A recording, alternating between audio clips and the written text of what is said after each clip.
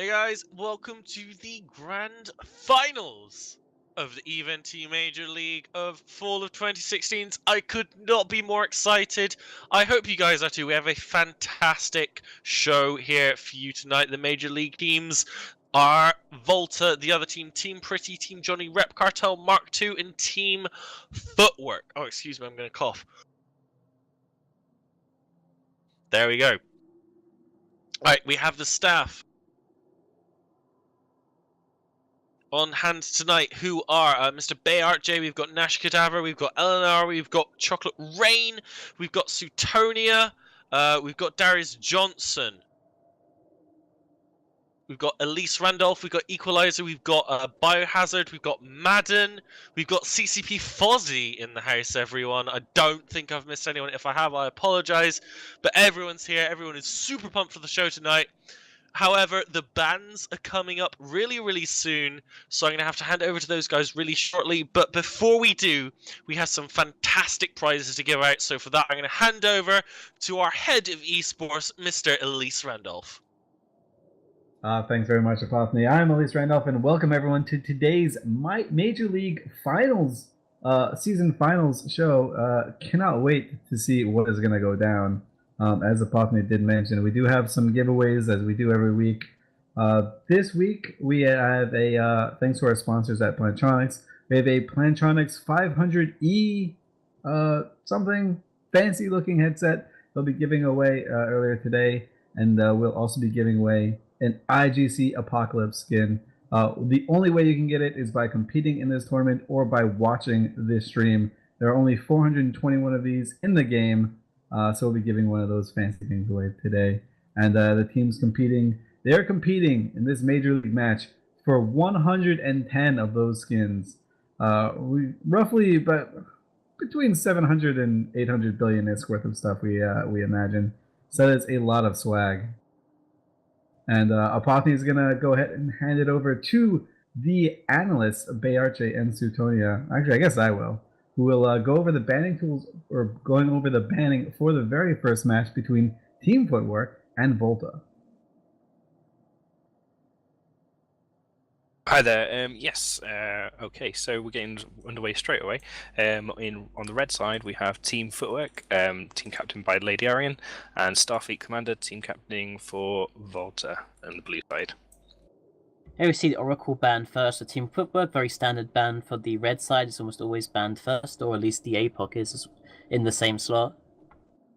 Yep, definitely. And just wait and see how Starfleet Commander responds here. Waiting to see. Yeah, it'd be interesting to see what they've gone for shield most of their setups, I think. I think this is the first time that Volta have actually had the opportunity to be blue, so just taking a second here to consider what they're going to ban. And they've banned for the Raven, which is, again, pretty solid blue ban. Pretty standard picks and bans so far. Team Footwork getting rid of the Augora. It's been the strongest logistics in the show so far, so they're making sure that Volta don't get their hands on that. Yeah, Volta will be able to pick up the extra though, and it might free up another ban for them. They might be able to get rid of the Tempest, or the Rogue, or the Drake, or any of these strong shield battleships or battle cruisers. They could also ban out a shield logistic if they want. They could ban out the Scythe to force Team Footwork into a slower shield logistic setup, and that's what they're doing. Yeah, banning out the Scythe, so that gives Team Footwork. So Volta could either go Osprey and leave Team Footwork on Nearest, which might not be such a horrible idea. Sorry, not Nearest. The Execra, which has only got a 25% win rate. It's been picked and banned in almost every match, not everyone, but it looks like Footwork are going for the Vigil, so they're possibly thinking going Shield. Yeah, the Vigil is still a pretty good neutral frigate anyway. Like, if you end up in an armor setup, it's not the worst. And Volta straight away going for the standard like armor core of Punisher and Algus with the utility, being able to use rep bots as well as having a scram and a web. It's a good tackler. It also can roll damage as well. And the Punisher is the most tanky tackle frigate option. Yep, Algos is, a little fun fact, Algos is the most picked ship so far with 19 matches, 20 now so far in the tournament, and Footwork going with standard Tower, which is actually the second most picked ship. Not a lot of selection in the Destroyer lineup, and they've gone for the two most popular ones. Volta going for the Execra, so they're going pretty solidly armor. Yeah, but Team Football picking up a Caracal, so they're opting to go no logistics. We've seen the Caracal picked up quite a lot actually in the minor league the previous day, trying to use it as like just to break the logistic cruiser straight away. I think we've seen the Caracal being very successful. I think it's won all of its games so far, at least in the previous day. Yeah, I think yesterday did really well. Overall, it's got a 63% win rate, so a pretty solid pick. Wins more than it loses, so we'll see if that Footwork can achieve that sort of result with it today. Volta making sure that Footwork don't get the Hyperion, because Footwork have gone for a no logi setup. The Hyperion is the obvious choice there because it's tanked so well on its own without any logistics support. Footwork shutting down the Armageddon. I think an interesting choice there. Possibly they're looking for bring a battleship that uses lots of cap. Yeah, they do have a few. Well, I guess Tempest is the most logical choice here. I'm not sure what other battleship they would go for. Maybe they're gonna try and pick up the APOC themselves. If Volta don't pick it, they do get the first battleship. They could pick up that, take it away from them. It doesn't matter. They don't have a logistics if it's an armor setup. So I mean an armor ship. Yeah, they could just kite away with the ape and hope that they can do enough damage to the Executor, which ape applies pretty well to. Harbinger there picked up by Volta, with the Oracle being banned. It's the second most popular armor battlecruiser pick, for good reason. It's got good tracking and reasonable range with those medium pulse lasers. Footwork here, I'm going to guess they go something like they're going to go little shield, kind of like kiting. Sort of all DPS setup, so I'm going to guess it's going to be something like the Naga or the Hurricane to supplement that support they've got so far.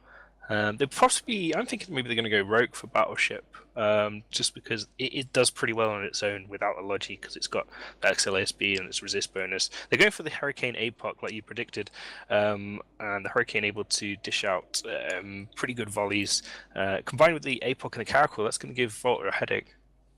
Yeah, Volta picking up a Dominix now, which is kind of unusual, but I guess most of the other options with the Armageddon APOC being taken out are kind of not there anymore. With the Hyperion Band 2, I guess it's a choice between Dominix and Abaddon, but I don't think they feel comfortable with the Abaddon with the Caracal Tower and Vigil being pretty hard to hit with Mega Beams, and they only really have a Punisher as like tackle support.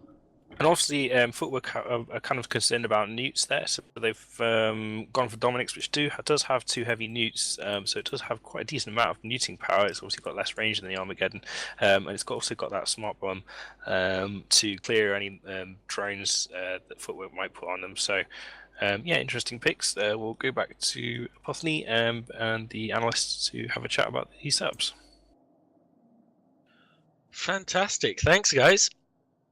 So pretty interesting setups here. We've got a pretty hardcore Galente here from Team Volta with the Domi and Exec and Algos going to Galente, then filling out with Samoa, Punisher, and Harbinger. I mean, Madam, why don't you run us through that team, what you think its strengths are, what you think its weaknesses are, what kind of plays are they looking to make pulling that team out? So, Footwork, right? I think that's I want to say Volta. Volta. Yeah, okay, sorry. So yeah, the Punisher Algos Executor is a pretty, I feel like it's a common base setup. You know, we've seen a lot of Executors do really, really well. Obviously, the Punisher, notorious as a tanky ship, Algos giving you that drone backup. And then they brought out the Harbinger Dominix. Harbinger, again, we saw that a lot yesterday. No surprises. But once you get into the Domi, I think that's a really interesting choice. It's got a lot of drone damage amplifiers. It's got a rep. It's got some smart bombs, which is cool for utility. But it's really susceptible to, if you blow up its drones, it really doesn't do anything for you. So it's an interesting pick. I wonder how it's going to go up against a Caracal and a Tower, because they're going to be really, really effective at killing drones, especially. But they've got no Logi, so if the Domi can drop some sentries, the Algos maybe even drop some that APOC before any real damage is applied. That could be really powerful, because while they have some strong ability to hit them with Footwork, they have to do it quickly, because if they start dying, there's nothing to stop it. Fantastic. Now, Rain, if you'll take us through Footwork here, we've got a more kitey team, somewhat reminiscent of the team CCP brought against our staff. We've got a Vigil, we've got a Tower, we've got a Caracal for that target paint, long-range missiles, going to take out the support of the Volta team. Then we the Hurricane, which I believe is RT fit in our tournament set, and then APOC as well. Rain, what do you think of the Team Footwork team? So I think it's a really, I think the setup's pretty good as long as they're able to kill out the Executor, because obviously they lack the Logi. So they're going to have to be able to kind of even the playing field by taking out Volta's Logi before, they lose the Karakor, they lose the Tower, or even the Hurricane. So I think it's kind of almost a race against time where they have to be able, because the Karakter's rapid light, so they have to be able to nuke the Logi off the field, which may prove to be a little difficult because obviously Volta has all those drones. So say they bring Logi drones, which are the only drones allowed to be Tech 2, which are pretty powerful, then they might struggle against getting the Executor off the field. But if they're able to do that, then I think they should have a pretty easy victory with just kind of kiting and shooting and getting rid of drones. Awesome. We are wonderfully joined by Mr. CCP Fozzy this evening. What's your first thought in this first match? How do you think the two teams compare to each other? Do you think that one side has outdrafted the other, or do you think we're in for a pretty even match that's going to rely on piloting? I think we're going to know how this match is going to go very quickly. As the other guys have already said, Footwork really wants this match to progress fast. Volta wants it to be slower, and so if we don't see some kills from Footwork really quickly, then they're going to be in trouble. But the ability to hit a long distance with an Artie Hurricane, with an APOC, supported by the paints from a Vigil, that's a lot of damage that can project really well at range and hit small stuff. So they really may be able to break through that Executor fast. Awesome. Now, I noticed from your Twitter, you giving us some super cool stats about a fight that happened yesterday. Do you want to tell us a little bit about what happened yesterday? Yeah, so yesterday was the final reinforcement timer for the Keepstar that CO2 had put up in MTACO, and this was the first fully armed and operational Keepstar to come under a really significant attack and get that deep into its reinforcement cycles. So a lot of people wanted to show up and be part of the history of trying to get that kill. So we actually crushed our all-time record for the most pilots in one solar system. Almost all of them were attackers, though there was some bombers especially trying to get some kills on those big clustered attacking fleets. We broke 5,300 players, which is really amazing. Wow. Another thing that's super amazing is the server we are on, this Thunderdome server, which I believe was a child of the force of will of CCP Logirare. Mr. Bay RJ, can you run us through what the Thunderdome is and why it's so ridiculously awesome? Or he's not here, so I'm going to ask the same question to Mr. Sutonia. So Thunderdome's really cool because it makes it basically evens the playing field a lot, because all the characters on Thunderdome have absolutely max skill points. You don't have to worry about, finding the dude who can fly the max paladin, etc. There's also a bunch of really cool tools on it, so we can mimic the actual Alliance Tournament arena. In the previous Even T series that we had to do, we had to just tell people that they died and had like a referee in the center of the arena whenever they boundary violated. But with the Thunderdome tools, if someone goes out the boundary, their ship instantly explodes, so we don't have to go into a lot of red tape diplomatic stuff when someone goes out the arena and to disqualify the entire team, which is really cool. It also just being able to teleport people around, it just makes matches, it really helps a lot with the turnaround of the matches, which is pretty awesome. Yeah, throwing it back to you, Fozzy, you're someone who's been involved in EVE tournaments for an incredibly a long time, back to the early tournaments of EVE Online almost. How have you seen Thunderdome change the ability of players not only to play tournaments and be involved in tournaments, in terms of running them as well? How have you seen Thunderdome change EVE sports, if you will? I think it's been really great to see the tools, both it's given Alliance tournament teams to be able to test effectively. In the past, we've given dedicated tournament testing space on Duality to our AT teams, but that required taking a normal test server out of our rotation, putting some special code onto it. It really was not sustainable. It was something that was really kind of a shoestring solution. having Thunderdome means that we can actually properly support dedicated Alliance tournament testing, which is really great. I think that really helps the quality of our tournament teams and helps especially the teams that might have a harder time testing otherwise. Some teams don't have the just the amount of people and the time to go through that whole like spying and dodging spies metagame that we used to have on Singularity, which I found a lot of fun personally, but definitely made it really tough for the teams that were newer to the tournament to compete. And so having dedicated testing server is really great for that. And then what you guys are doing and what the Imperium is doing as well, we're seeing the ability to have 2-player run tournaments on the same server at the same time. And that is something amazing. That's something that would have been unheard of even a year ago. Awesome. I'm very quickly going to actually throw it over to my glorious and beautiful Alliance CEO, Mr. Leif Randolph, to give a massive shout out to our sponsors this evening, who do a wonderful job in supporting us and making us able to do what we can do here today, as well as some crazy giveaways that he might be able to talk about. Yeah, thanks for that. Actually, obviously, as you mentioned before, we want to give a big shout out to CCP. Not only CCP Elijah Bro, who helped and whose team helped give us this Thunderdome server. Not only the CCP Fozzy who showed up here on our finals weekend to provide some ace commentary and analysis, but we've also got the art department at CCP, and through with the help of CCP Garden, the community team, we have 421 IGC Apocalypse skins to give away to the teams that are competing, and it is quite fancy to see what they look like. They are quite beautiful. They are unique. There are no other ways to get them on TQ except for this tournament. So they really supported our tournament with unique art assets and just everything we need to run everything. Another sponsor we have that we want to give a big shout out to is Plantronics. They have given us a bunch of headsets that we've been able to give away to Twitch chat viewers. So that's pretty fun. We do have one final headset to give away to Twitch chat that we'll be drawing here just shortly, in a couple minutes probably after the first match. It is a Rig 500E headset by Plantronics. Really cool stuff, and we will ship it out to you if you win to do anything. It'll be dope as heck. And earlier we did have Cooler Master, who were our earlier sponsors. He gave us some other fly stuff. Really great big shout out to our sponsors, especially CCP. Really grateful for all the work that they put in and all the belief that they've put into us. And of course, none of this could happen without you guys watching the mayhem and the explosions. And before I gush out too much about that, I'm going to throw it back to Poppin because we do have some of the teams entering local right now. So I imagine the explosions very soon presently. Awesome.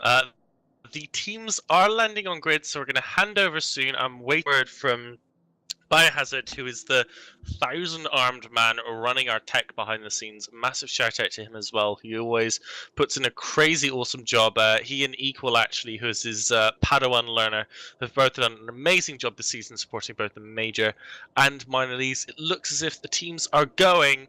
So unless they're going to tell me off, I am going to hand over to our casters for the first match as I look over to our screen to find out who it is.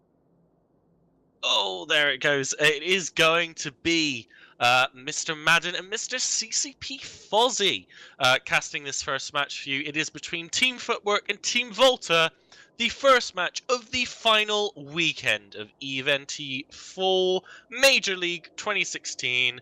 Let's go to the casters. Yesterday, a lot of Fozzy.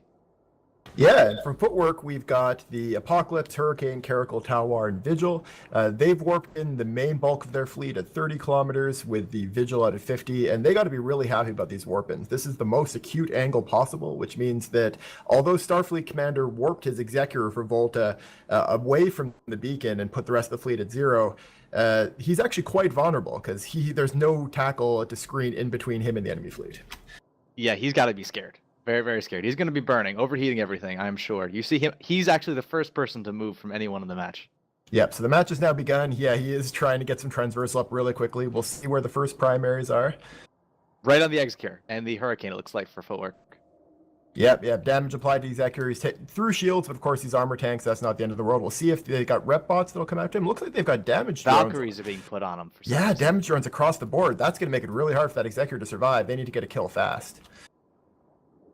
It's interesting because this actually puts them on a lot even footing. The question is, how fast can Volta get through this Hurricane, who is burning through our armor very quickly? Yeah, that Hurricane is dropping quickly. He is now surrounded by damage drones and has the tackle right up on him. I think he's going to go down medium before armor the rep Executor. bots too are trying to chase, I think. But it's not going to matter because he's in half structure. Yeah, so that Hurricane is going to drop before the Executor, which is exactly what Volta would be hoping for there. With that down, that's going to make it a lot easier for that Executor to like pull range and survive. Yeah, he's already done a great job. He's gotten back to the rest of his fleet. He's pulled range completely. He really got out of trouble very quickly, and there was not a lot of tackle from Footwork that could or did get anywhere near him. I mean, the Hurricane maybe was their best bet even.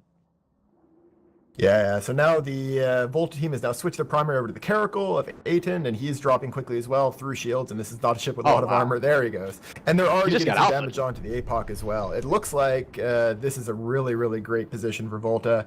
Starfleet Commander might drop. I wouldn't be surprised if he dies for the end of the match, but I think it's going to be a little too late. Yeah, I think that APOC's been trying to track him, but once he pulled range, there was not a lot he could do because the Executors really got a pretty low sig and can just kind of slowly keep up his transversal to make it very challenging. As you see one lone Valkyrie slowly crossing the field. Yeah, at this point, we've just got the Vigil and the APOC left for Team Footwork. They are going to get the kill on Starfleet Commander. That APOC, of course, with extremely great range of tracking for a battleship. But it's not going to be enough because they're not going to be able to burn through these remaining Dominics and Harbinger, especially before they die. Yeah, as it died, I'm pretty sure that was Valkyries that killed it. I don't think the APOC was able to hit it whatsoever. I think the APOC was wasting a lot of its shots trying to kill it Execure.